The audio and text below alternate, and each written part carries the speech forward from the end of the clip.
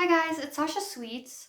Today I'm going to be talking about comparing the book JoJo Rabbit and Caging Skies. Now, to preface this, I loved JoJo Rabbit, and I'm going to assume that you've watched the movie and you're wondering if you should read the book or how is it different from the movie. And so the first part of this video is going to be very non-spoiler. I'll just go over, how different is it without revealing anything, and if I think you should read the book. And then the second half of this is going to be basically me going into the differences of the book, the movie, talking about the endings, things like that. So I love JoJo Rabbit. It's my favorite movie ever. And I love Taika's work. I knew right away I was going to have to read the book that it was based on. First of all, the book is not a comedy at all. It is very depressing. It's very disturbing at points and uncomfortable. Because stories about JoJo and his mental health and how he goes down this one road. And it's not a good road. And because it's from JoJo's perspective, you get to understand his mind in a way where you know his thoughts, you know his feelings. And I read a couple of reviews that said that they had to even put the book down for a couple of days because they couldn't handle too much of that. And for me, in the middle of reading it, I had to put it down for at least 2 weeks and then go back to reading it, just because the topics are so heavy at points and it really focuses on JoJo's mental health. So be aware of that. The second thing is that JoJo, as compared in the movie, he's 10 or 12 or something like that throughout the whole movie. In the book, he's 10 or 12 in the beginning, but the majority of the film, he's 17 and up. So his thoughts towards Elsa are more mature, and the book has a lot more adult themes, so be aware of that. Obviously, his feelings towards Elsa are going to be a little different and more adult-like. So that's a huge difference. That just separates the movie from the book completely. Just Taika did this. He got the basic premise from the book, which is a boy finds a Jewish girl hidden. He took that basic premise and the names from the book, a couple of details about the mom and things like that, and JoJo's sister who had passed, and went with his own complete different story. I feel like those are just the basic similarities from the movie and the book. In the movie, the war ends, and basically that's when the movie ends. In the book, when I was reading it, I was less than halfway through, and the war had ended, and so I had so many pages, and that's basically where the author is strictly on her own. There's really nothing taken from there that I would say Taika used. So the majority of the book is very different. Would I recommend it? I would say for a certain audience. If you're uncomfortable with certain adult themes, it does get disturbing and uncomfortable at points. And the whole book is based on a disturbing premise, really more about that the boy doesn't tell the girl that she's free from the war. It's more about that, which Taika touches on a little bit, and then the movie kind of ends, but this is more pivoted towards that. And I would say even the book is more about it's more psychological, it's more about JoJo's mental health, and you discover that and how he progresses from the beginning to the end. I would say it is written very well. It's very well written. It does touch on topics like what is true love, what does it mean, what does it mean about living life, and I feel like there's a lot of conversations that could happen with this book. So if you like more of that philosophy thing, I feel like the book touches on that and JoJo's particular situation. But again, there are disturbing parts where it kind of is uncomfortable to read. So would I recommend it? I would say only if you like that kind of psychological stuff. So that's my non-spoiler version of the book. And now I'm really going to delve into the book and the movie. So at first, I read this review and it said oh, just beware when reading the book, it's just different. And, I was like, of course it's different. It's, of course it's different. It's going to be different. And the book started off, fairly similar to the movie, where JoJo's 10 or 12, and he's growing up in this Hitler Youth. However, in the book, his dad is present, his grandma's present. You go into history about, his sister died from diabetes, and you go a bit into JoJo's background, his events, seeing Hitler and things like that. So that, I was reading it, I was like, that's very similar to the movie. And, as you read it, I'm only going to touch on, like, what I remember, like, the big points. I recall this particular story from the very beginning where JoJo's caring for this snail. And he cares about the snail, and the snail tries to escape, but he keeps bringing it back to the same exact spot. And he cares for it, and he doesn't want it to leave, and the snail tries to escape, and he doesn't want it to escape, and he cares for it. And then the mom, like, accidentally crushes the snail with a tray or something, and he's upset about that, and he tries to get a new shell to fit the snail, and it just doesn't work out. And at first, he was 10. When I was reading that, I was like, oh, that's, really cute. Like, he cares about something. It's sad, But looking back through how JoJo progresses throughout the book, and looking back to that scenario, it kind of showed that, I don't know, people in the comments, say if you think particular connection here, that certain characteristics that JoJo displays later in life that is seen in that snail situation where he constantly wants to control something and control the situation and care for this person, care for this thing. JoJo definitely has an issue, as we find out later in the book. I would say he has some sort of mental illness, for sure. But are those things, going back to the snail situation, are points of his illness, like, was it just inherently in him, and Elsa was like a vessel that helped foster that illness and, like, lead him down that spiral? But if Elsa wasn't there, would things have turned out differently?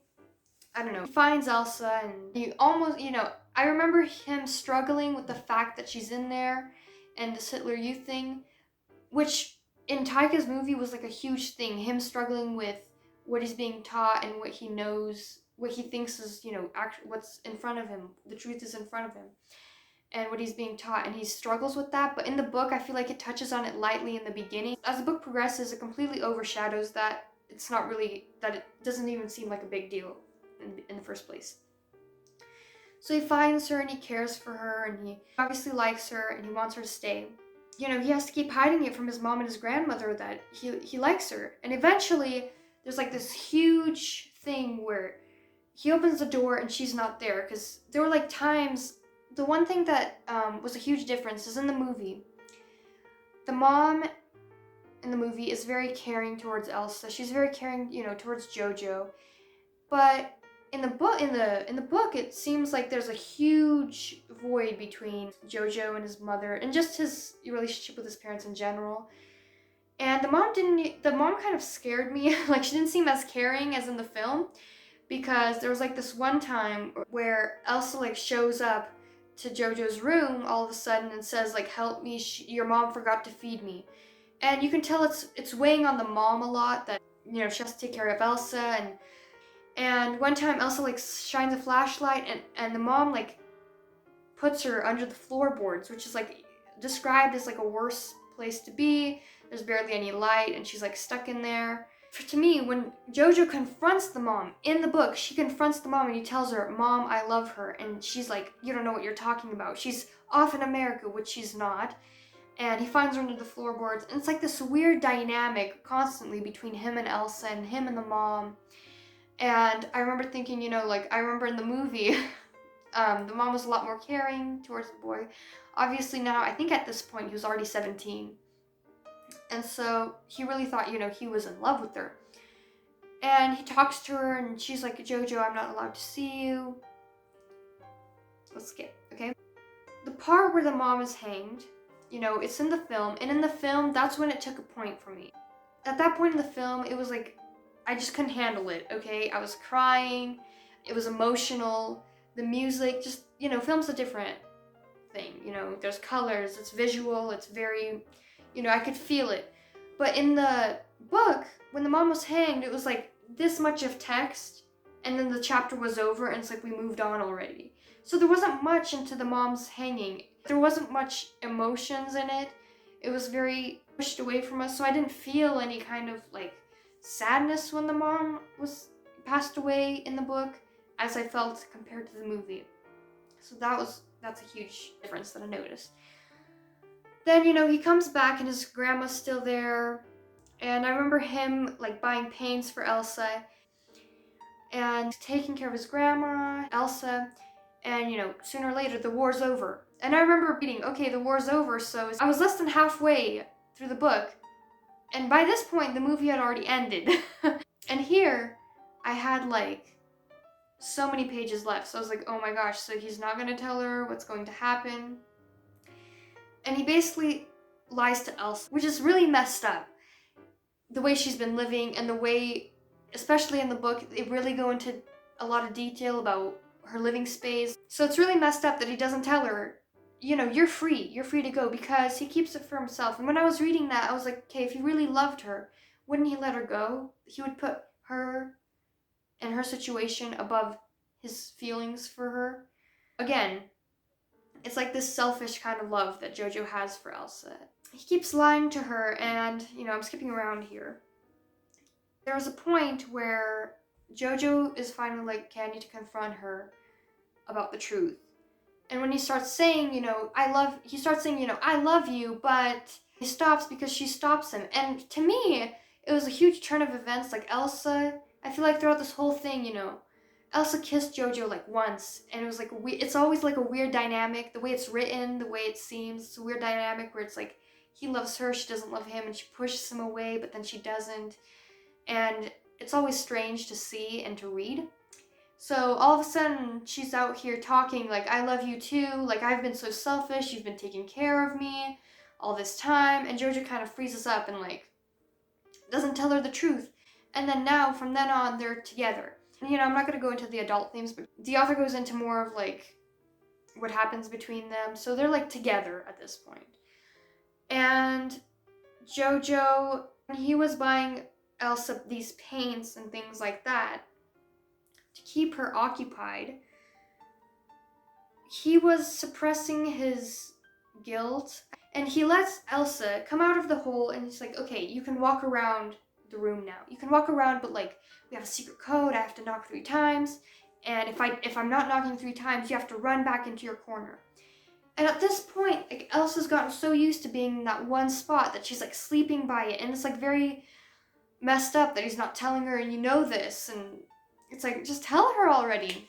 But he doesn't. So he's buying her all these paints, and she's painting in her room, and the grandma starts, saying things like, oh, who's up there in your room, JoJo? It's in your head, right? Let's go find her Christian name. And JoJo's like bothered by it, and he admits to his grandma, like, eventually that, there's a woman up there, she's up there, and the grandma doesn't want to believe him. She's like, no, like, nothing really happens with that. And one day, JoJo goes upstairs, and Elsa's tried to inject paint. I don't know if, like, it was like a suicide thing. She tried to inject paint, and she was just lying there, and JoJo felt like, oh my god, I'm gonna lose her. So he stayed there all this time with her, and she was trembling, and somehow he got her back to life and back to a normal pace. Like, somehow he revived her from that. That he had completely forgotten about taking care of his grandmother. And he goes down, that he didn't even bring her a glass of water or anything. And he goes downstairs, and his grandma had passed away from his lack of taking care of her, which is horrible. And he buries her. And he comes back and he tells JoJo, you can roam around this house now, but they're living in such a way where it's like they only use the same water, they have to stay away from the windows, and they're acting like a married couple at some points, but it's like it's very twisted. That he loves her and he doesn't love her, and she pushes him away, and then she doesn't push him away. And there's some physical interactions between each other, and then there's not. So it's a very weird thing to read and a weird dynamic because you can't really understand what's going on. And so they're living, and then there's one part where JoJo decides to bring her a bird.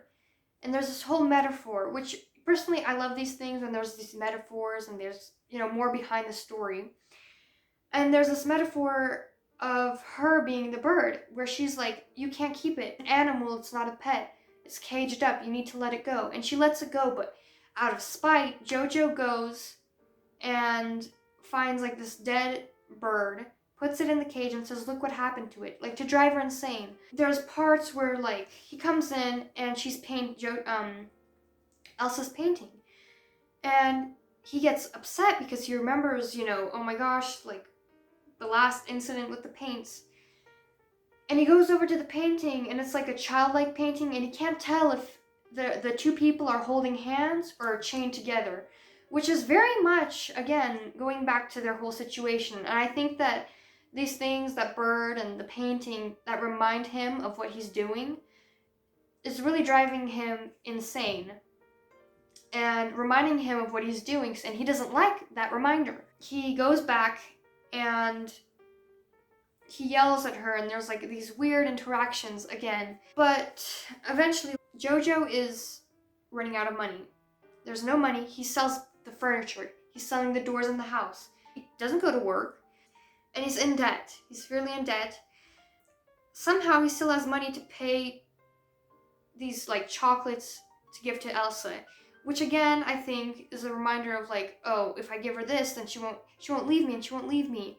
And there's even a part where like he cut her hair a certain way, and he wants her to be uglier than he is so no one would ever want her. So this obsession is like, you can already tell where the mental illness part of it is coming in, definitely. And at some point he has to sell the house. So he eventually sells the house, and I was just thinking like, how is he gonna get Elsa out of there? And he puts her in a box. Like, she could be free all this time. And again, I was searching throughout the book, like, where is the timeline in all this? Like, how many years has it been? Like, it seems like it's been years, but you don't know how long. And it's only revealed at the end of the book. He puts her in this box, and they move into this apartment. And this apartment is above people, and the people below them are speculating, who's that woman up there? And JoJo doesn't want to confront them, and things like that. And so they're living in this small place where there's a kitchen, the bathroom, and the bedroom. And he's not going to work again, and he's seeing her so much that he's kind of bored of her and sick of her. He decides to go to work. And during all this time, when he's working at like this cooking like factory, he decides to get Elsa a cat. And he gets jealous of the love that Elsa had for the cat. Like, obviously, Elsa's like she literally locked her in the apartment and isn't letting her go. So obviously, what else is she gonna do? She's like building things, little mice, for the cat to play with, like, and cleaning his bowl, and he gets jealous, like, well, why are you cleaning his things? You forgot about our bathroom. And he gets jealous of the cat. There's this one part where I was really like, it was getting towards the end of the book, and at one point he comes back and he sees people are crowded around something outside of his building. You can see his window in his room is wide open, and he thinks it's Elsa, and he's like, that's it, she's done it to me, like, he's completely devoid of like her feelings. He doesn't even I don't think he treats her as a human. He treats Elsa as some object that he's obsessed with. It turns out the cat had just died. It fell off of the windowsill. It just fell off and it died. And Elsa at this point is very upset. She doesn't talk for months, and I remember, they had this like, the author describes it as like this window, and that Elsa sees the sky from. To me, I thought all this time, by the description, that I knew the viewpoint that Elsa was living her life from. But it was only towards the end of the book that I understood why the book was called Caging Skies. Obviously, Elsa's caged in, but when she's sitting and looking at the sky, there was this very profound moment, and I like those things in books, where she was like, look at the sky. I see this from my point of view. It's like God has painted it for me. But for someone else, they see the sky from it means something else to some other person. And I see it from this one way. It's like caging skies, And it was only then that I understood how Elsa was seeing life. And I probably don't even understand it fully, but it was only then that like something clicked, and I understood the title, and I understood her viewpoint. JoJo's at this point is ill mentally, and there was this one instance where I don't know what exactly Elsa was trying to do, but she was trying to fit in this bathtub and she ended up flooding the place. And the people from downstairs rushed into her room, and JoJo tried to hide her in the wardrobe, but instead she got out a chair and sat in it naked, dripping wet, and they came in and were like surprised by everything, surprised to see her there. Some guy like threw her some clothes to put on, like his jacket, and she didn't. And JoJo was like upset that this guy looked at her this way. Like, I'm sure he was just kind of stunned, but JoJo, in his sick obsession with her, didn't even think about that. And JoJo kind of pretends like, oh, my wife is insane. Like, I'm here like an animal. I'm caged in. I have to live with her.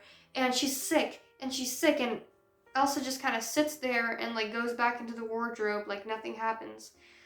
And JoJo, from then on, again, it's a weird relationship between the two where it's like Elsa kind of doesn't love him.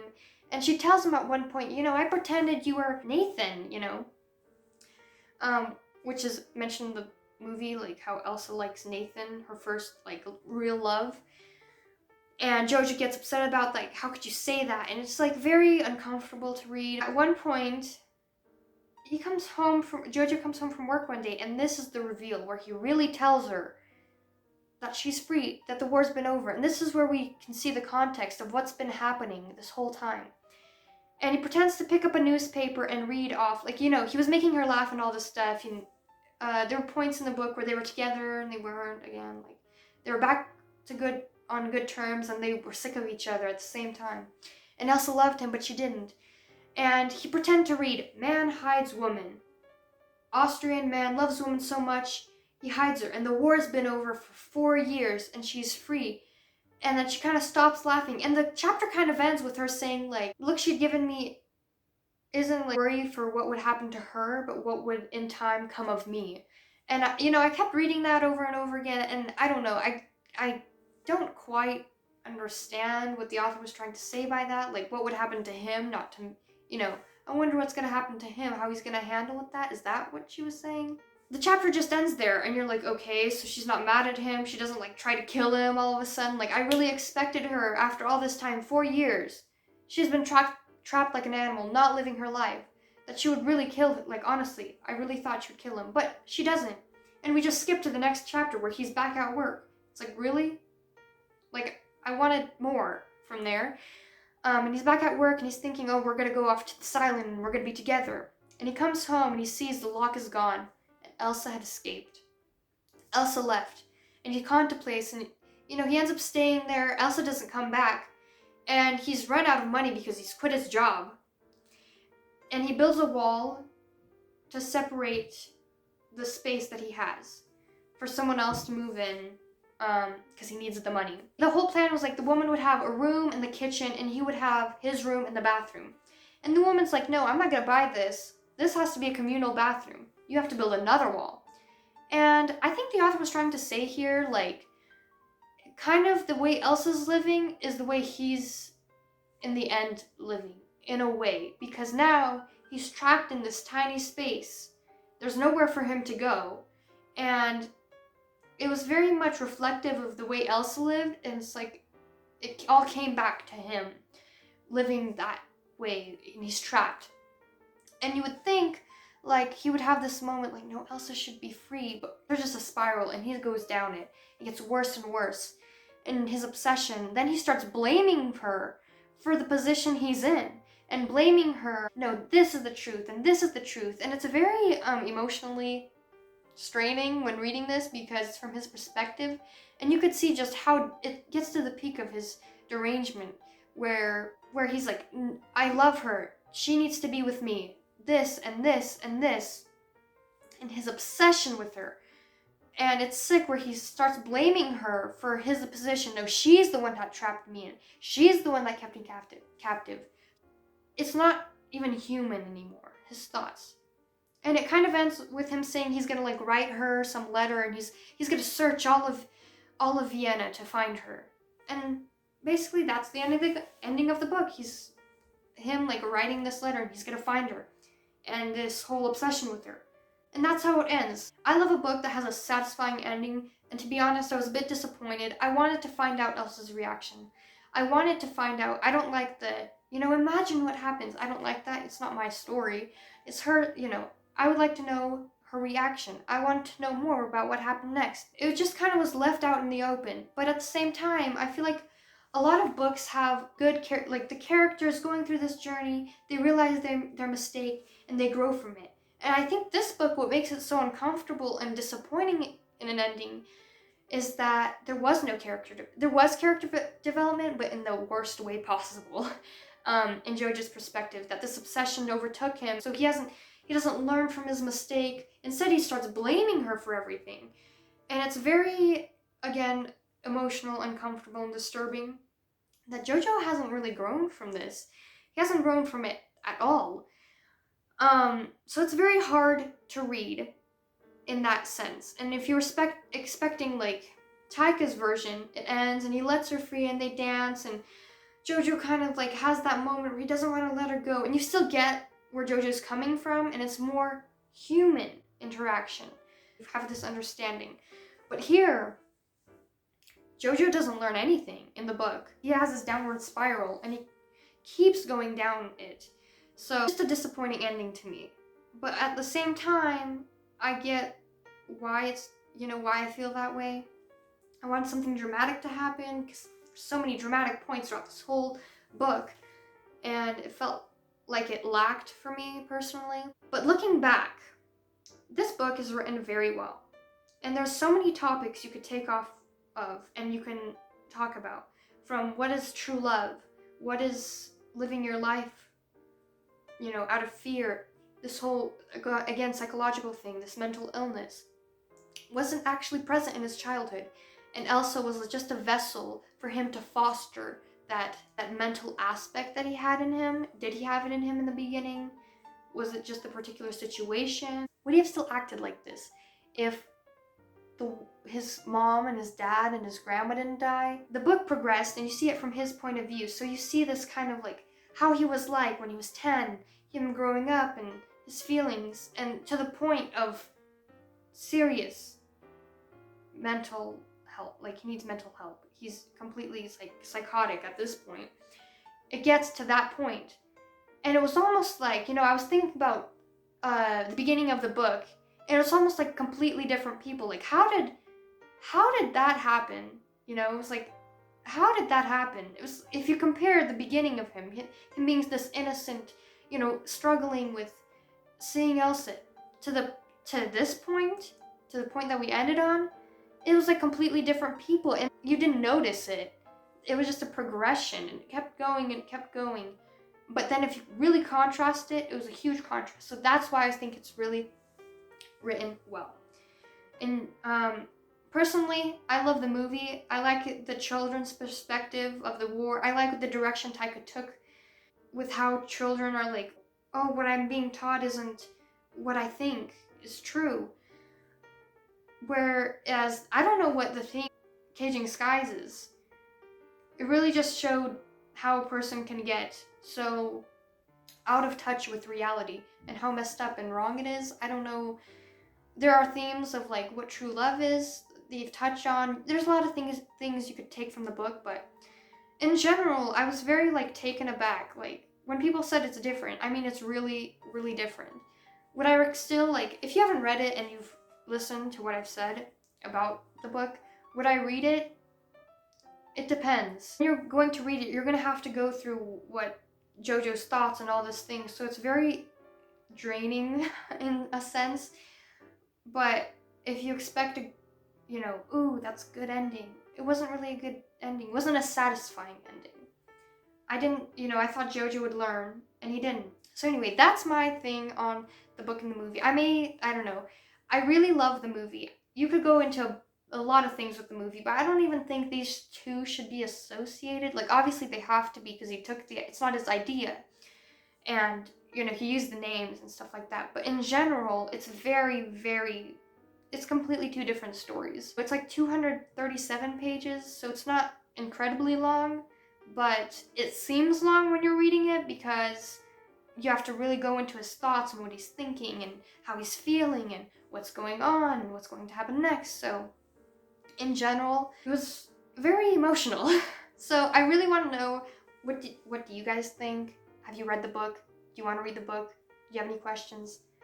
Put it down in the comments. I would like to discuss this. If you even want to just talk about the movie, leave it down below about the movie and the book.